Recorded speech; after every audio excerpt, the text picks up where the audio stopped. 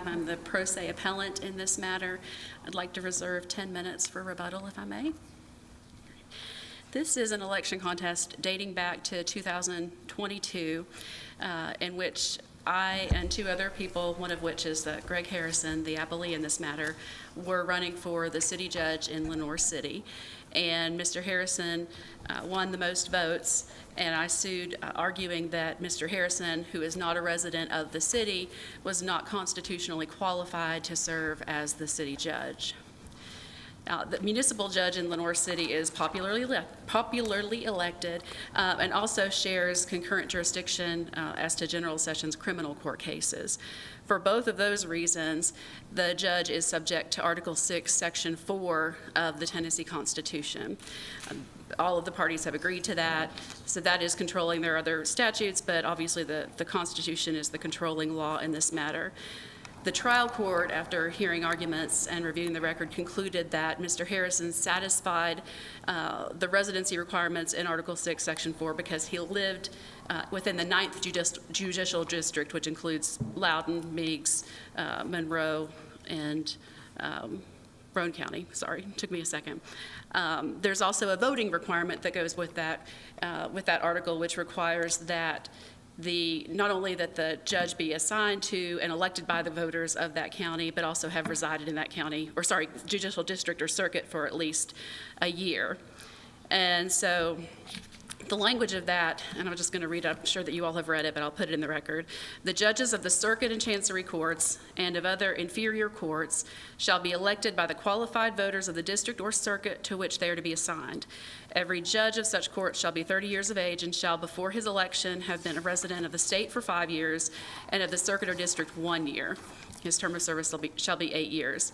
So there are really a couple of questions that come into line with this, and really they've all focused on what the meaning of district or circuit is, whether Mr. Harrison was a resident of the district or circuit for a year, whether the voters in the district or circuit actually elected him, and which district or circuit to which the city judge is assigned. And so, assuming that all of those meanings in the same clause should have the same meaning, that's where we are having problems with the court's interpretations. As I mentioned, the trial court concluded that the district or circuit language meant the 9th Judicial District. Apparently, I'm going to have trouble with that word today. That judicial district scheme actually didn't come into effect until the 1980s. So this judicial clause, the judge clause, Article 6, Section 4, actually dates back to 1870.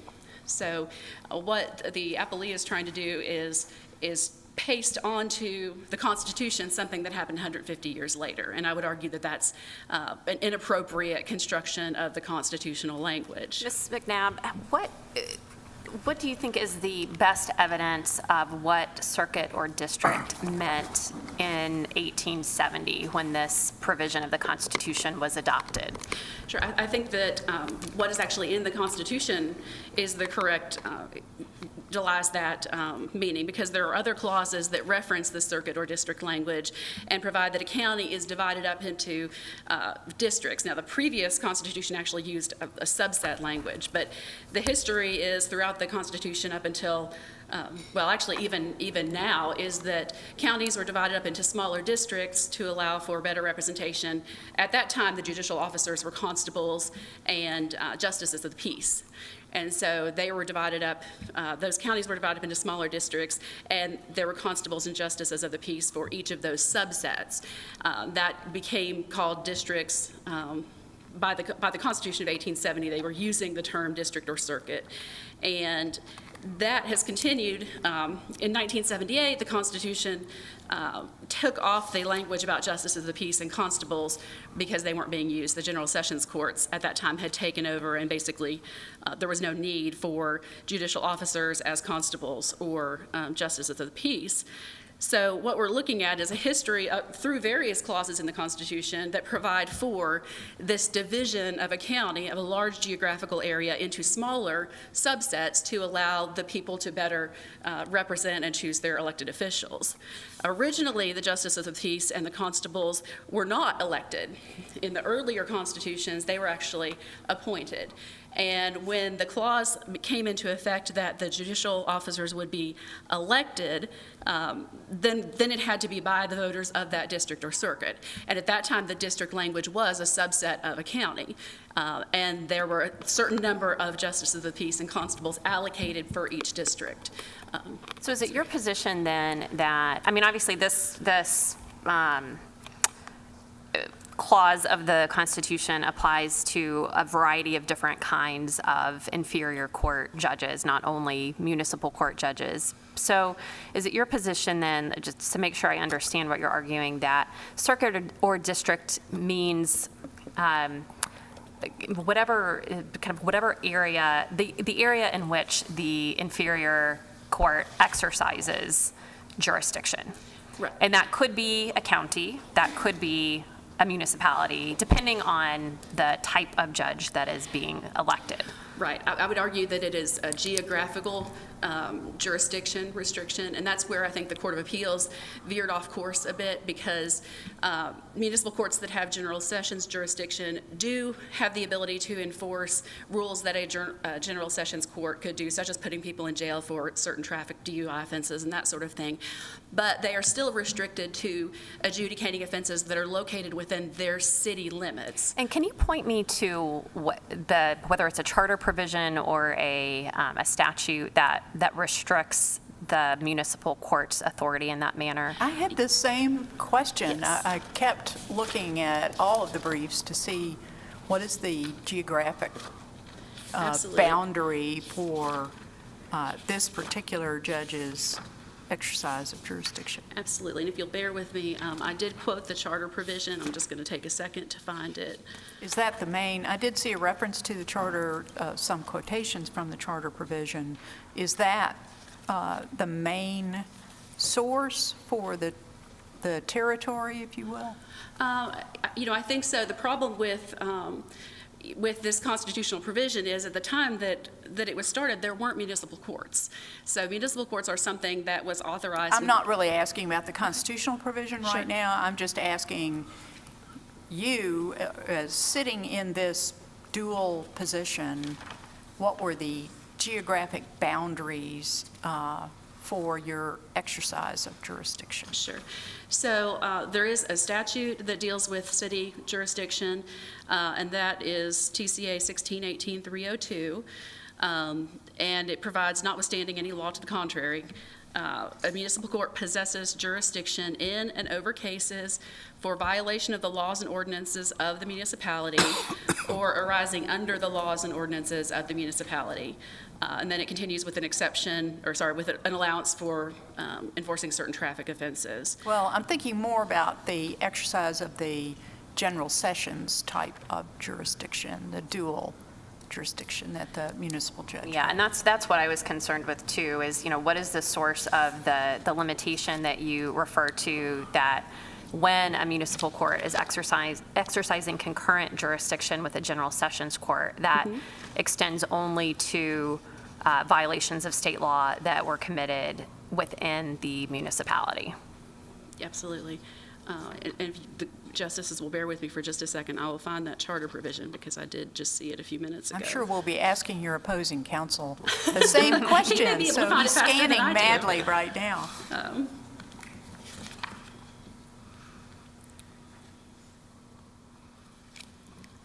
Perhaps I've done a better job of doing my table of contents. I apologize.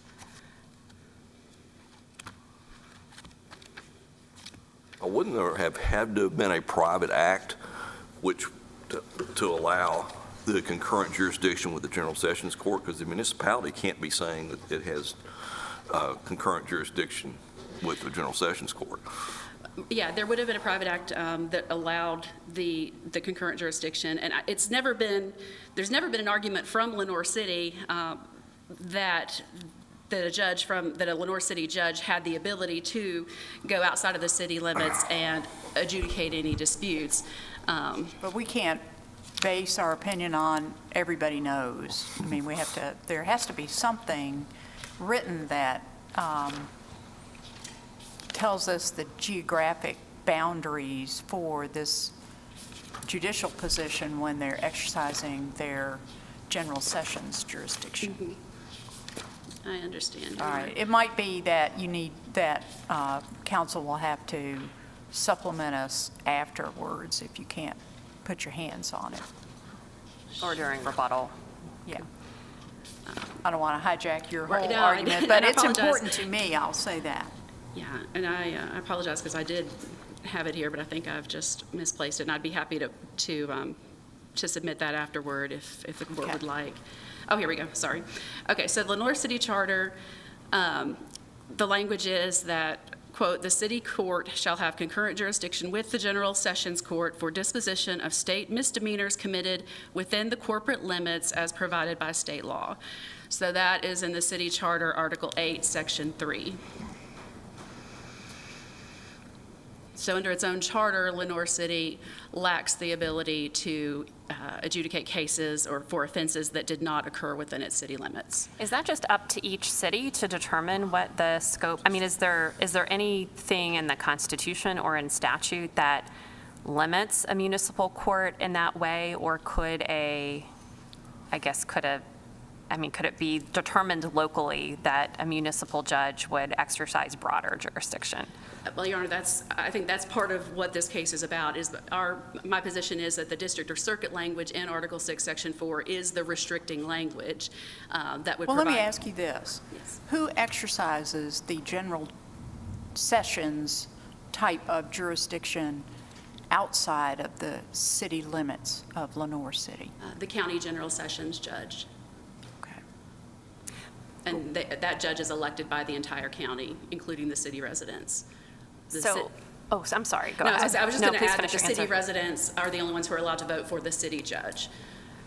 So I want to make sure I understand your response from a moment ago. You said that that's kind of what this case is about and why the district circuit language is so important. But I guess the way I understood your argument is that that the meaning of district or circuit, depends on the geographic scope of the judge's jurisdiction, which I take it to be defined by this charter provision. But what I'm asking, I guess, is there anything that requires it to be defined in that way? Or if a charter provision defined it differently in some respect, would that determine the meaning of district or circuit? Or is the meaning of district or circuit fixed by something, beyond the charter provision?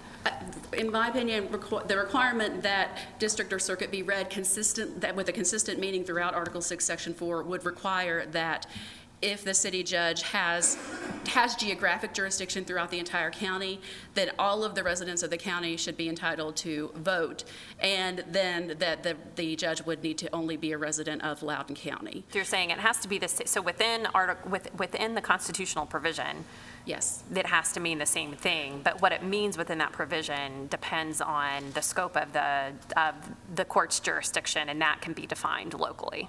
No, I think that if you read it consistently, for example, the trial court concluded that the meaning of circuit or district was the 9th judicial district. So if you take that and basically just substitute 9th judicial district for the district or circuit language in Article 6, Section 4, you would have, that the city judge only has to reside within the 9th judicial district, those 4 counties. The voters of those 4 counties, because that is the district to which they would be assigned, would have to vote on the judge. And the judge would have had to been the resident, and the judge would be assigned to all 4 counties. So they would have geographic jurisdiction to adjudicate offenses in 4 counties. They would have to be elected by the voters of 4 counties, and they would have to reside within one of those 4 counties for at least a year before the election. So basically, whatever word you plug in for district or circuit, it has to mean the same thing. There's a voting requirement, there's a residency requirement, and there's a geographic jurisdiction limitation. So in this case, I think we're saying the same thing. I think my question is just sort of who defines the geographic scope, right? Of the court's jurisdiction. And in this case, it's the charter. Your position is it's the charter provision from Lenore City that defines the municipal court's jurisdiction. And is that because that's where the position is created? Well, the position was created by the General Assembly. The concurrent General Sessions jurisdiction just goodness, jurisdiction I mean, was. somebody has to create this judicial position, and the General Assembly did not create the Lenore City municipal judge position, right? Well, it authorized the creation of a municipal judge, and then the charter would have created the judge position and decided that it would be popularly elected. And in spite of whether there's general sessions concurrent jurisdiction, just by being popularly elected, the judge is required to meet the qualifications of Article 6, Section 4. So even if there was no general sessions jurisdiction and we were looking at just a city judge from another city that was elected by the people, that city judge would have the jurisdiction within the city, because there'd be no argument about general sessions expanding that jurisdiction, which is what the Court of Appeals based its opinion on, would have to live within the city limits and would be elected by the voters of that city. So I believe really that the Constitution limits the scope of that too. If you are going to have a city judge that's going to be elected by the residents of the city, then that person has to live within the city, has to be elected by the voters of the city, and is limited in jurisdiction to city offenses. Okay. Ms. McNabb, so I'm listening carefully, but what I think I'm hearing is that in this situation, your position is municipality should mean the same thing as district or circuit as used in the 1870 Constitution? That's correct. The municipality, yes, wasn't in existence in that. There wasn't a city court, so to speak, at that point. But yes, my position is basically take out district or circuit and in each place substitute city, and then you have the requirements for a city judge as to residency and who elects them and the geographical jurisdiction. And I would point out, as to the circuit and the chancery courts, there is a statute that basically codifies Article 6, Section 4, as to the residency requirement and the jurisdiction, but there's not a similar provision for municipal courts, and I would expect that that's because not all municipal courts are popularly elected. So if the Lenore City judge were appointed by the city council, then they would not, they wouldn't have to be living within the city limits because that Article 6, Section 4 wouldn't apply. Now, that also would mean that the city could not have a judge that would exercise concurrent general sessions jurisdiction. Wait, you're saying that a judge with only municipal court jurisdiction, not general sessions jurisdiction? Well, you're saying that that's an inferior court covered by? No, the municipal court judge that is popularly elected, that's elected by the people instead of appointed, is still subject to Article 6, Section 4. But if, for example, the city charter provided for a city judge that was appointed by the city council and did not exercise general sessions jurisdiction, then that would not be covered by Article 6, Section 4. And basically, the city charter or ordinances would set whatever requirements the city chose for that person. It's only when the judge is popularly elected that the requirements of Article 6, Section 4 come in. That seems backwards. I might be missing something, but that seems backwards to me, that the municipality could just elect to appoint, and then it's not subject to the Constitution? What? A city judge that is not popularly elected. Now, of course, they can't put people in jail. I mean, there are city courts that... But doesn't it turn on whether they exercise dual jurisdiction? No. The general sessions jurisdiction? No, it turns on whether the judge is popularly elected. So if the provisions of the city charter provide that the judge is popularly elected, then they are subject to Article 6, Section 4. And they have to be popularly elected to exercise concurrent general sessions jurisdiction. So that I understand. right.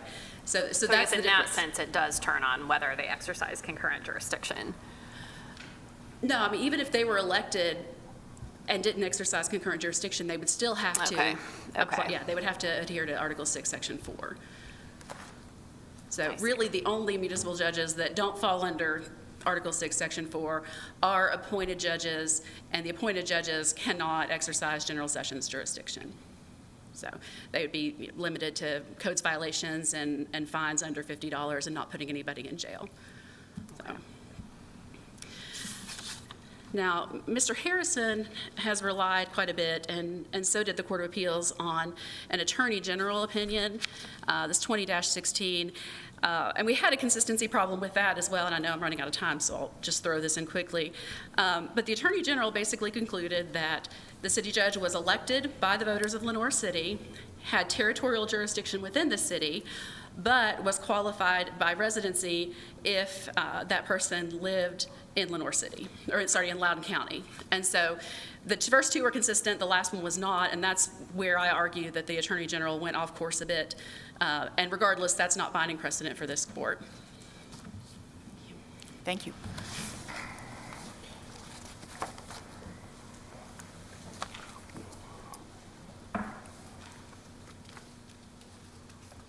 May it please the court, T. Scott Jones for the appellee. My opponent aptly describes the issue that we're dealing with, which is the constitutional interpretation of Article 6, Section 4.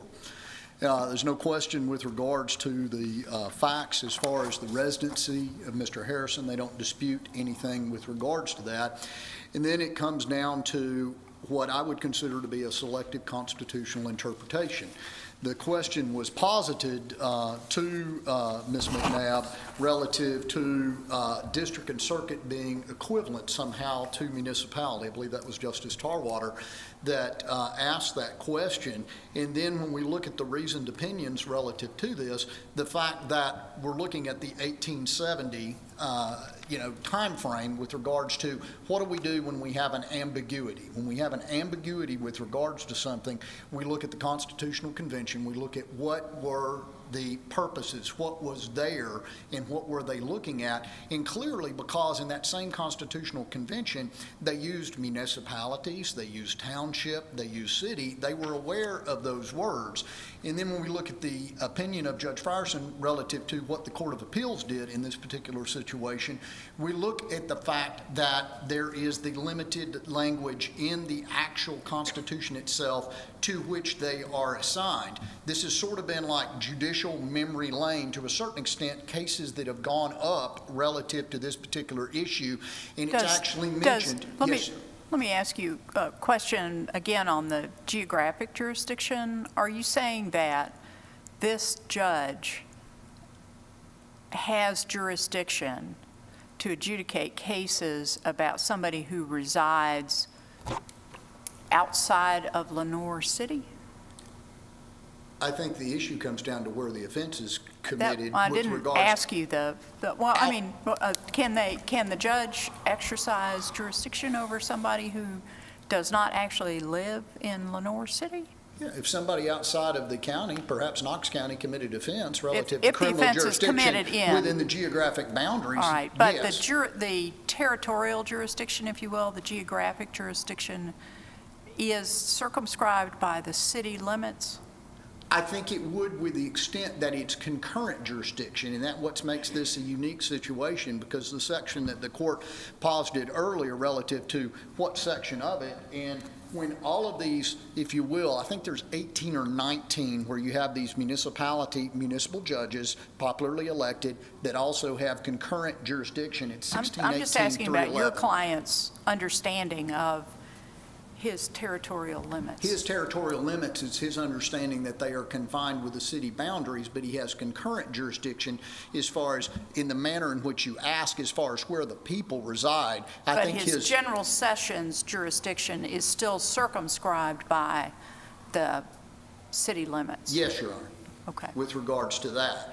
That being said, I think the uniqueness in this situation is the concurrence, i.e. the jurisdiction relative to it. And the reason that I allude to that, this situation, it's actually mentioned in the Court of Appeals opinion, Judge Pemberton and Judge McFarland's litigation. Interestingly enough, Judge Pemberton ruled on the original injunction relative to this matter as the circuit judge, because we were in a time where the Chancellor McFarland had not been appointed. Then Chancellor McFarland actually heard this case, and then subsequent to it, we've seen the case cited that actually deals with Justice Bivens' situation with regards to the Hooker case, in the situation with regards to that litigation, in the distinction with regards to the Tennessee plan and the 3 grand divisions. And that is, interestingly enough, is that was what the discussion was with regards to district or circuit, and then they talked about usually in the subdivisions in the breakdown associated with that, and they talked about what it connotates and what they looked at, and then obviously they found the Tennessee plan to be basically constitutionally allowable. So in this particular situation. With respect to your particular client, I just Yes, want to sir. understand, what you are arguing is that voters outside the jurisdiction who haven't committed an illegal offense within Lenoir City can vote for this position, but they are not subject to this judge's jurisdiction? I have not argued that there would be voting outside the confines of Lenoir City is the voting block for which the judge that is in question is elected. There are not voters outside of the I'm confines sorry, of the municipality. I thought the Court of Appeals said Loudoun County. Is Lenoir City coextensive? Like Loudoun County and Lenoir City is a municipality within Loudoun County. Okay, so the geographic boundaries of Lenoir City are smaller Yes, than Your Honor. Loudoun County. Right, there's another So municipality, the county seat is voters Loudoun. outside Lenoir City can vote for this position? No, Your Honor. The voting block, so to speak, is confined to the voters within Lenoir City. What Okay. does the Constitution require, though? I understand that that's how the election occurs, but are you arguing that circuit or district means something different in the second part of this constitutional provision than in the first? I'm not arguing that. It's not been approached, nor is that necessarily what we're litigating with regards to it. I think I it presents understand an that that's not the interesting issue before us, question. but we have to interpret the statutory language in context, including surrounding language. So I do want to kind of pin you down on what your position is on that. My position with regards to that, Justice Campbell, would be the actual plain language of the Article 6, Section 4 is pretty clear. Shall be elected by the qualified voters of the district or circuit to which they are assigned. And in this particular situation, the judge, Judge Harrison, is assigned to the municipality of Lenoir City. So I think it's clear with regards to that as far as the concurrent jurisdiction, just as the concurrent dealing with the criminal jurisdiction and the general sessions jurisdiction. So again, I think the operative term is to which they are assigned, and there's been no argument that Judge Harrison is assigned to any other area but Lenoir City. So, Mr. Jones, if Mr. Harrison lived in Roane County, which is part of the Ninth Circuit, I believe, Yes, sir. would he be qualified to serve as the municipal judge in Lenoir City? I don't believe so, given the opinion that we have. And when we look at that, the Attorney General's opinion kind of left that open a little bit with regards to, because it dealt with district or circuit, and we get the breakdown. We didn't really have those districts or circuits, so to speak, until I believe 1984. But that being said, no, I don't believe so. I think he would have to live in Loudoun County. Well, and that's what the chancellor decided, correct? Was it That is could be correct. any, but under the ruling of the chancellor, he could have lived in Under the Roane ruling of the County. chancellor, and then we had an affirmation of the same with the correction that it would be limited to Loudoun County. The residency requirement would be limited to Loudoun County. That is what I saw as the chief distinction between the ruling from the chancellor and then the ruling from the Court of Appeals relative to the same. So from that perspective, again, and what they hung their hat on to a certain extent is very similar to what happened in the Hooker case, to which they are assigned. And so under the circumstances in where Judge Harrison is assigned to Lenoir City, by its definition, to refer to you, Justice Kirby, the fact that it is a smaller area within the confines of Loudoun County. And so that is So, the area in which he is assigned. All right, let me get back to Justice Campbell's question about the two different sentences in this provision. Right. So if you apply both of these, the entire provision, to Mr. Harrison's position, you are saying that the geographic boundaries of the phrase district or circuit are different in sentence 1 than than they are in sentence 2, just looking at this judicial position? I don't think so necessarily. I think it's reconcilable when you put the caveat as far as the part where it says elected by the qualified voters of the district or circuit to which they are assigned. So I don't But think you that are necessarily. necessarily arguing that, aren't you? Because Mr. Harrison does not live within the physical boundaries of Lenoir City. You are correct But with you are regards to saying that his he residency, even though he fall- has a Lenoir City address, it's not within the municipality. I mean, for Okay. postal purposes, it is Lenoir City. So as to Mr. Harrison, you are agreeing, okay, in the first sentence, the geographic boundaries of district or circuit would be Lenoir City, That is correct. those municipal boundaries. But in the second sentence, the phrase circuit or district can mean a larger geographic area. I think so, and I think what you have seen, just as this, when you have the concurrent jurisdiction in the folks that preceded the TCA section that I referred to earlier, prior to 2003, relative to the existence of those general sessions judges, particularly, I believe it's Collegedale, and it's either Spring Hill or Spring City, there are a number of them, there's 18 or 19 of them, they work interchangeably with the other general sessions judges in that particular county, and that is not uncommon at all for that to happen. But they are elected as far as out of the area in which they serve, that is particularly Lenoir City, as far as that is the voting block that votes on them. So I think it is a plausible argument that the way that it is written, albeit wasn't challenged, as far as with regards to Article 6, Section 4, that the actual voting block should be the actual entire county. So, go ahead. Is there anything in the record that addresses whether there are other municipal judges in the same situation as Mr. Harrison?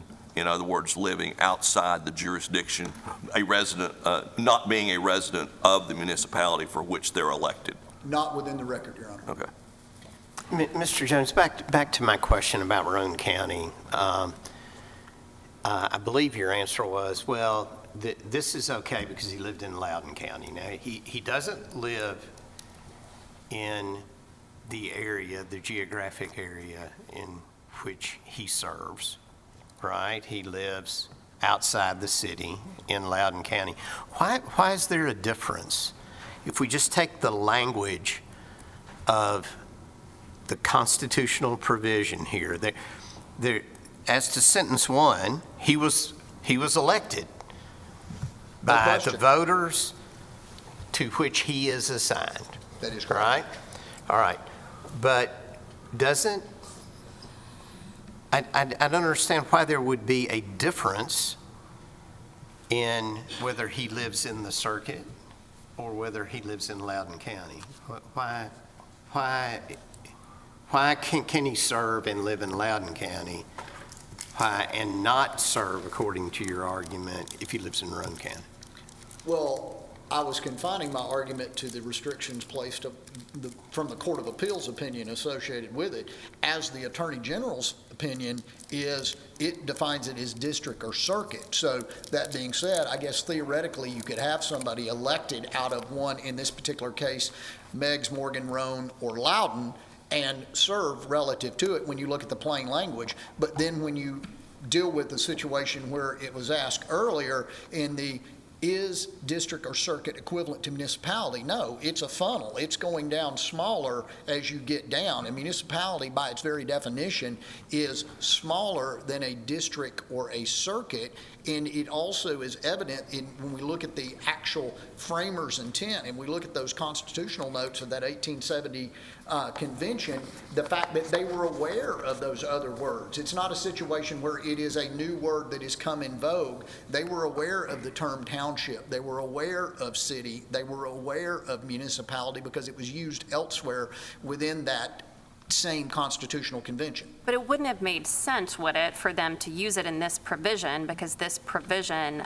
is not limited to, I mean, municipal judges didn't even exist at the time, if I would understand agree the with you history with regards correctly. to that. I mean, obviously, So that's this back term in the- is kind of broader than that, but can encompass multiple things. But let me So there hasn't been a lot of discussion during your argument about kind of what these words, how we should define these words. I mean, I understand you to be saying that, well, it means he can live in Loudoun County, or maybe it means he can live in Roane County, but do you agree that we should interpret circuit or district according to the meaning that it had in 1870?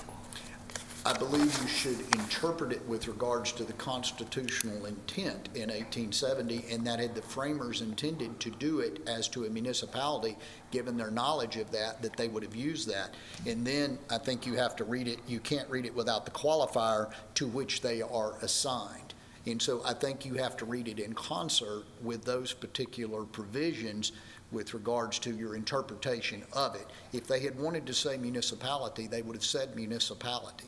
What are you, so I believe that we have to interpret this according to its public meaning at the time the Constitution was adopted in 1870. What is the best evidence that you can point to support your position that it means what you say it means? Would be the framers' intent with regards to it, and also their But acknowledgement. where are you getting that from? Where are you deriving the framers' intent from? What can you point to From the notes objectively? from the Constitutional Convention in 1870. And what specifically? Specifically, the fact that they had knowledge that they used the term district or circuit, and that they had knowledge of the smaller, if you will, confines of township, cities, and municipalities. But you agree that associated with it. municipal courts did not exist at this time. I would agree with that. So why would they have used the term municipality in this provision, even if there or township or whatever, when? I think they would, I apologize. No, go ahead. I think they would have used the term township, something of that nature with regards to it. I think it is But a municipal set of- courts didn't exist. Right. And then I think you also have the concession that effectively, we've had that evolution in the law, and I believe it was repealed in, 1978, something of that nature, where we had the additional, and then we do have these districts in existing following that as far as after 1978 and then 1984, where you have this, what is the commonly accepted term of district or circuit? Because let's say that we want to use the term district because it says district or, right? We don't have and there, right? We don't have something that it is inclusive, that it has to be both. Well, then we would commonly use the term, what is the circuit, right? Because if we were going to look at the terms in 1870, we would look at the fact that the jurist rode the circuit, so to speak, in what we were used to, that they weren't limited to one district. And so when you look at the or and then the district or circuit that they are assigned to, I think you have to look at those as far as a cohesive unit as opposed to just singling out one of the two words, because the actual plain language of the statute says the judges of the circuit and chancery courts and of other inferior courts shall be elected by the qualified voters of the district or circuit to which they are assigned. It doesn't say and. Have you looked at any dictionary definitions of circuit or district from around 1870? I have not, Your Honor. Okay, I do you mean, think those are relevant? I think they may provide some relevance and guidance associated with it. I But you think the haven't looked at them? analysis- Excuse me? But you I'm sorry. haven't looked at them? No, Your Honor, I have not. Mr. Jones, let me go back to, if your argument is that if the framers or drafters of the 1870 Constitution had intended for this provision to cover municipal courts, or it would have added language about municipalities or townships or whatever. Is that correct? That is correct. I think they would have defined it down. Wouldn't it make more sense that they were specifically using the language of other inferior courts to be broader? Because they were smart enough to know that they couldn't project what types of courts might be out there. So they have this broader statement that says other inferior courts, because you're already down to circuit and chancery courts. I think that's a reasonable interpretation, because I think they envisioned, obviously, the populace of the state of Tennessee expanding and growing, and the need for other, if you will, judicial units to address the circumstances. If you interpret it in that manner, then the district would be Lenore City here, would it not? I think that could be an analysis with regards to that, but I think likewise, it's district or circuit. So then what would the circuit be when we look at what the other courts are with definition of that? So I suspect we would go back and look at what the circuit was back in 1870, and we would look at the fact that we didn't have these judicial districts. This is the 9th Judicial District, and we didn't have those judicial districts, I believe, until 1984. So again, it is an evolving process where we're dealing with, So to the question that we put to your opposing counsel, what documents do you look at that tells us the geographic area to which this judge is assigned? We would look at the documents with regards to the charter and also the statutes dealing with the concurrent jurisdiction of a general sessions judge. So you And that agree limited- with opposing counsel, her description, she pointed to a particular charter provision and a particular statute, and I don't so recall you're. her pointing to a particular statute. I recall her pointing to a particular Okay, well, charter you provision. referred to But I statutes. pointed, I believe, to the statute. Well, what statute then are you The referring statute to? that deals with the concurrent jurisdictions, Tennessee Code annotated 1618-311, and deals with the creation of effectively concurrent general sessions court. And then basically it also has that caveat notwithstanding the law prior to 2003, because there Okay, were so municipal courts what- exercising it. What documents do you look at?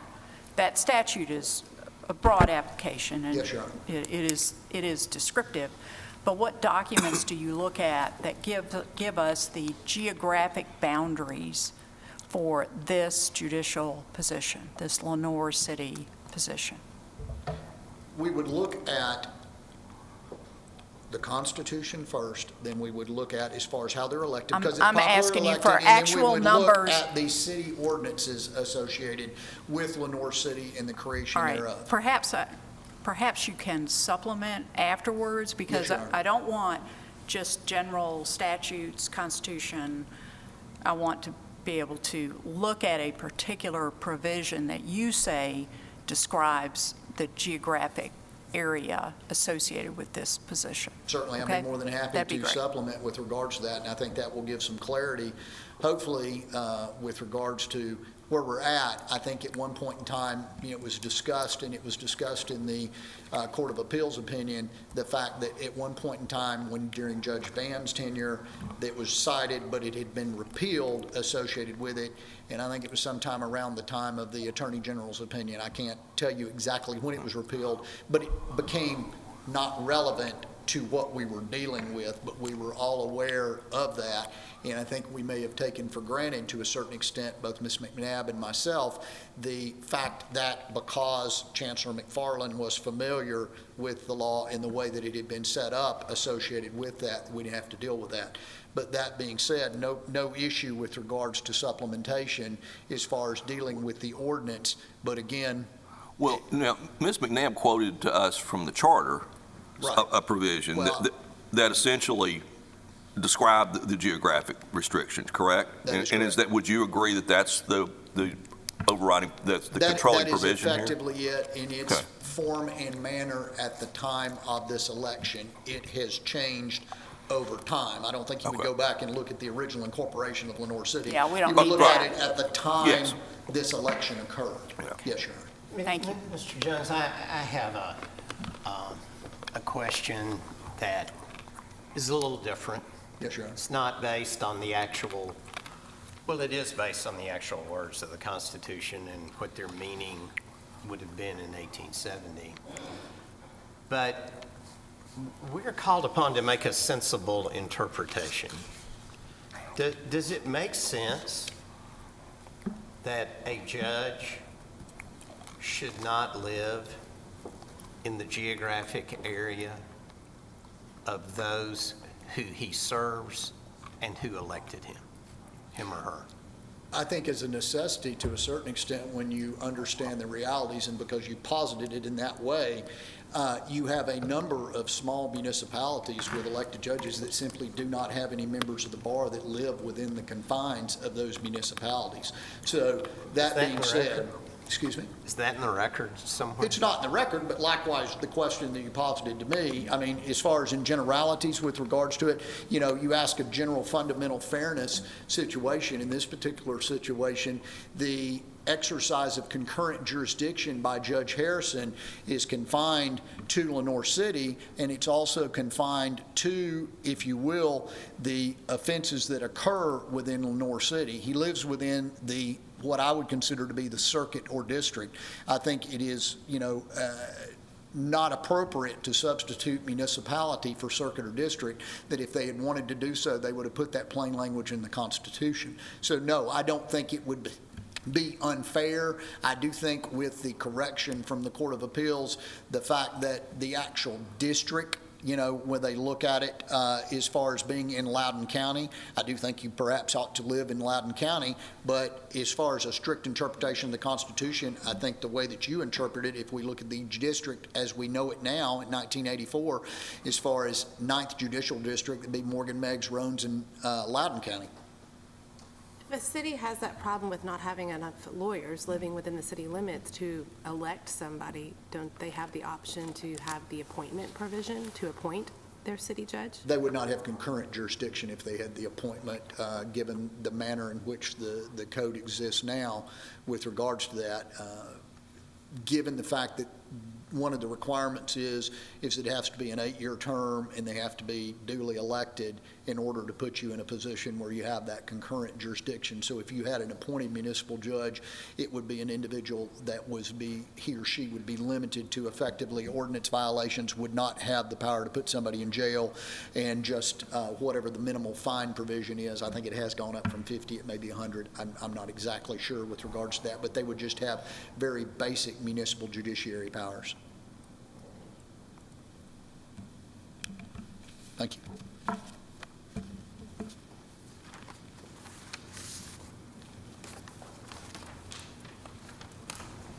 right, you saved 10 minutes as I recall.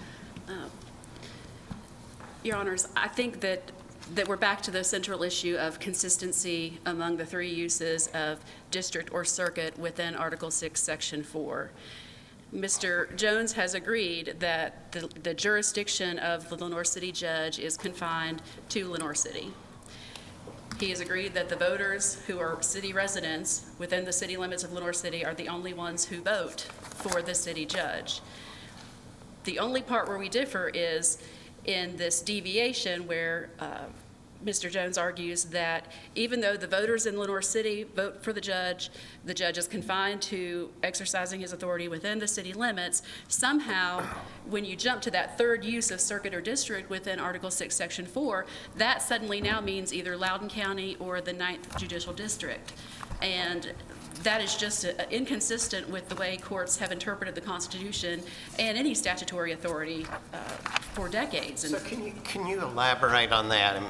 I mean, your lawsuit seeks to have the courts declare the election void. Tell us why, in this case, district means municipality, district means city. Just, Okay. That's my question. Sure. 1, 2, 3. Okay. So in this case, we are talking about a city judge that is a position that was approved by the General Assembly, but it is only able to act within the city. So district and circuit are the divisions that were in effect during the Constitution of 1834 and again in 1870. At that time, there was not a municipality. In 1870, the Constitution allowed for the incorporation of towns, but there still was not the thought of having a municipal court. So from the first days of the Constitution, we have districts as subsets of counties, as smaller parts of counties, and then we had circuits, which, as Mr. Jones mentioned, those judges rode among multiple counties to hear certain types of cases. Now, as the judicial system has progressed, what we look at now is municipalities have the ability to have a city judge to enforce ordinances within their jurisdiction. So if we look at how the qualifications for a city judge who's popularly elected, and again, that's a requirement for this Article 6, Section 4 to apply to city judges, then we agree, we're dealing with a city judge that's elected by the voters. So that portion of the Constitution means that district or circuit within Article 6, Section 4 is equated to the city, because city voters are the only ones who can elect the city judge. And secondly, again, looking at that judicial district or circuit language, the judge is assigned to the city. So again, we have city substituted for district or circuit in the second provision in Article 6, Section 4. So if we apply that consistently, then that means that in the third use of district or circuit within Article 6, Section 4, which is the residency requirement, that also should insert city instead of judicial district or circuit, so that we have a residency requirement that the city judge reside within the city limits of Lenoir City. Mr. McNabb, is it really substituting city for circuit or district, or is it just defining circuit or district in a way that could encompass a city in certain circumstances? I mean, if you had to give me just a one-sentence definition of what does circuit or district mean in this constitutional provision, what would it be? Yeah, I think that district could be interpreted to mean a city. We're looking at a division of some geographic territory. So it could be a circuit which is larger, and like the 9th Judicial District, which could be multiple counties. We can have districts which are subsets of a county, and that, as going back to 1834 and 1870 when there were constables and justices of the peace. Or in this case, now we have a city, which is also a subset of the county, but in this case, it is its own government and has the ability to elect its own judge, and then therefore that judge can be considered within its own territory and could be interpreted as being a district within the meeting. So it could be a substitution, or it could just be an enlargement of the definition to reflect what's actually been happening in the judicial system, in the last 150 years. Did you look at any dictionary definitions of circuit or district from the relevant time period? I did not, Your Honor. Okay. I don't think that Mr. Jones and I really disagree about how those terms were used in 1870 and how the judicial system was set up. The problem comes back to applying that meaning as to a city consistently within the three places in Article 6, Section 4. And I think the court, hit the nail on the head. How is it that, if the city judge can only act within the city, it doesn't make sense for the voters in the county or the voters in 4 counties to be able to vote for that person. And similarly, it doesn't make sense that if that person only has jurisdiction to adjudicate offenses that are committed within the Lenoir City limits, then why should that person live in a different county? The simplest way that I've heard this explained is, does it make sense for a judge that can't vote for himself or herself to be able to hold that office? And this is the only situation for popularly elected officials where that occurs. And I think that under the language of Article 6, Section 4, as it's applied down through the years, that we are looking at the city as being equivalent for the purposes of this article to a district or a circuit. And so you just insert that city in place of those, read it consistently, and what you find is the city judge is assigned to the city of Lenoir City. The voters in the city of Lenoir City are the only ones who vote and elect the city judge. And the residency requirement would then be the city judge has to be a resident of the Lenoir City limits. Mr. Jones seemed to hang his hat on this, to which they are to be assigned language in the first sentence, just in explaining why he thinks there's a difference between maybe how district or circuit is interpreted in the first sentence than in the second sentence. Do you have any response to that as to why that isn't significant? I think it's not significant because the Constitution, the interpretation of statutory language and constitutional provisions is that you apply language consistently throughout the Constitution. So if you have a different meaning in 2 places in one provision than you do in the third, that is clearly inconsistent, and that's not the way that the court should be interpreting, respectfully, should be interpreting that language. And we also look back, there are other parts of the Constitution that use that same district language. Counties and cities are divided into districts for the purpose of electing school board members still, and county commissioners. And so district still has a meaning today, and that meaning is consistent with it being a subdivision of a county as it was in 1834, as it was in 1870. What is new is that now a city can have its own judge. So we would be looking at a similar issue if for some reason one district within Loudoun County could have its own judge, but it wasn't a municipality. If you can conceive of that little district, whatever it was, would be electing its own judge from within the voters in that district would only be able to exercise jurisdiction within that single district, that subset of the county, and then would have to live within that subset of the county. And you can see that in the article in the Constitution also, because when the the justices of the peace and the constables were the ones who were being elected and doing most of the justice, if they moved from their district within the county, they lost their seat. So and they actually had authority to go within the county and have jurisdiction, but still, their residency requirement was within a district. They were elected by the voters of that district, and if they moved outside of that district, even if they were still in the county, they lost their seat. They were no longer qualified to hold that. And so I would argue that that's very telling of how this should be interpreted in the light of a city and a city judge. Any other questions? Thank you, Your Honors. Thank you, counsel. Thank you both for your good arguments. We appreciate it. It's an interesting case, and the case will be submitted. All rise.